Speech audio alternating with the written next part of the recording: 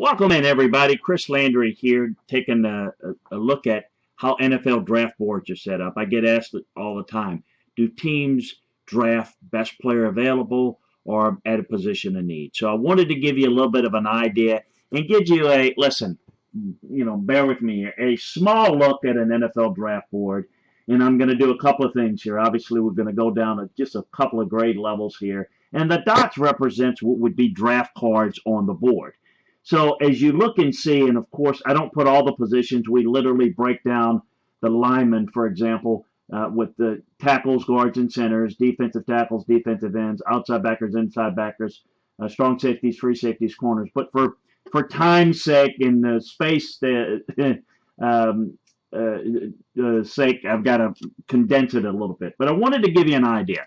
And the grades mean certain things. A 7.4 to 7.0 may be superstar caliber players. As you can see on my draft board this year, nobody fits into that category. 6.9 to 6.5, these guys are high first round picks because they are immediate starters and impact players in the league. If you look, there's an offensive lineman there. There's a defensive back there. Okay, there's a little bit of a drop off, but let me explain something.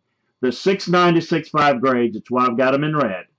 Anybody that's 6.9 to 6.5 are graded in the same grade tier, which means that it's okay to take any one of these players. You see them in the dots in the 6.5 area, any one of these guys, because by definition, the grade says that they're worthy of taking. Now, the 6.9 only separates the players in that tier. The 6.9s are a little bit better. So ideally, you want to take a 6.9 over a 6.5.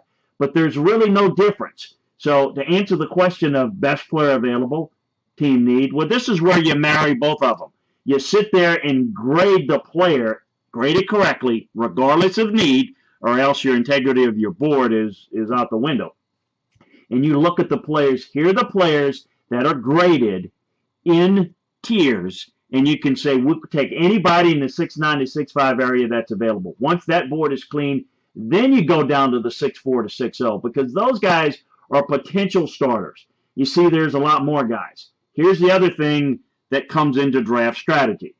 If you're sitting there and you see, boy, there's a lot of good depth. You see on the defensive, a lot of good, mainly tackles, but more of the defensive tackles are available than defensive ends. So let's say you end up needing a defensive end or defensive tackle equally, and you like both players and you're giving them both a 6.5 grade. One of the things you look at is, okay, we need both. Where is the depth later in the draft better, at defensive tackle or defensive end? This shows you it's better at defensive tackle. So it might make you take the defensive end first. Again, you're not reaching because they're in the same grade tier.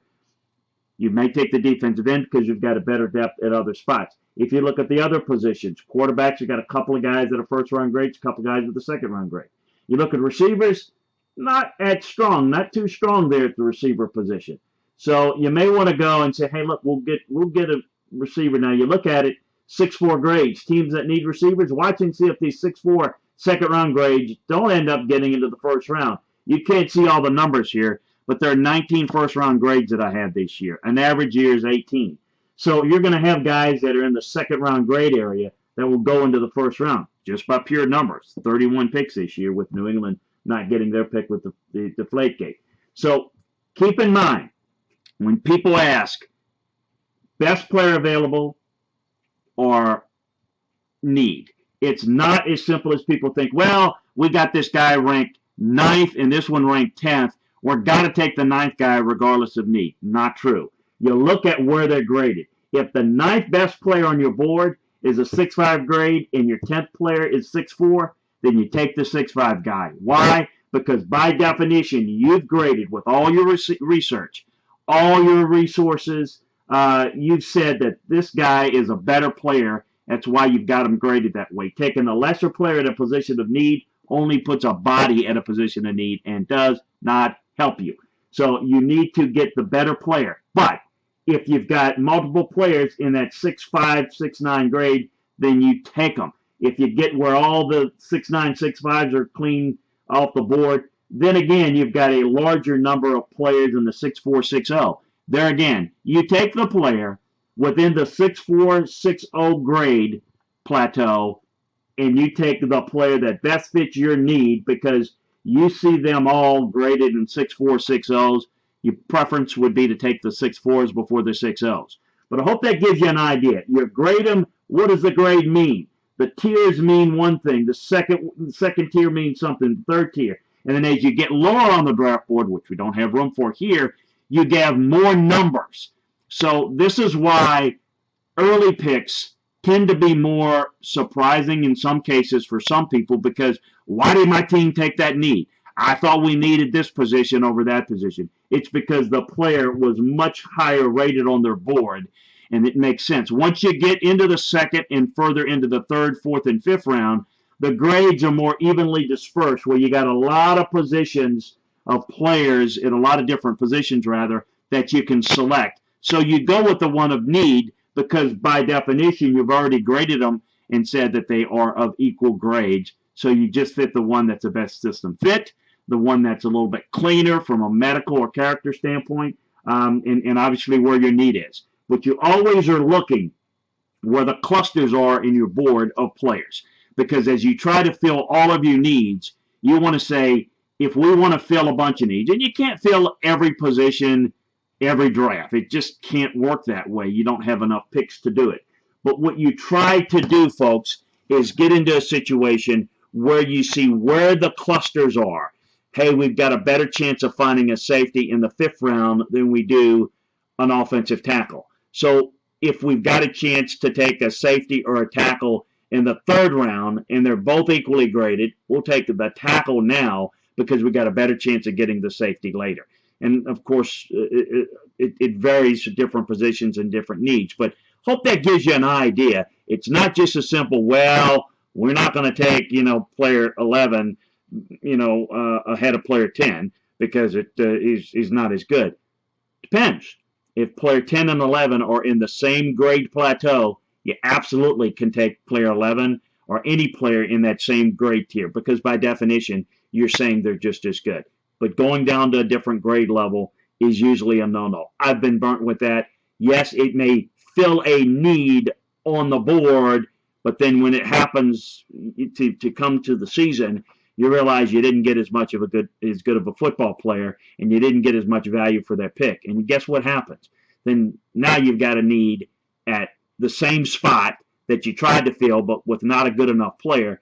And oh, by the way, you could have had a better player, and now that player that wasn't as big of a need, that's now a big need on your team because another player's left for free agency at that position or somebody's got injured, and all of a sudden you could have had player so-and-so, but you didn't because you went strictly for need.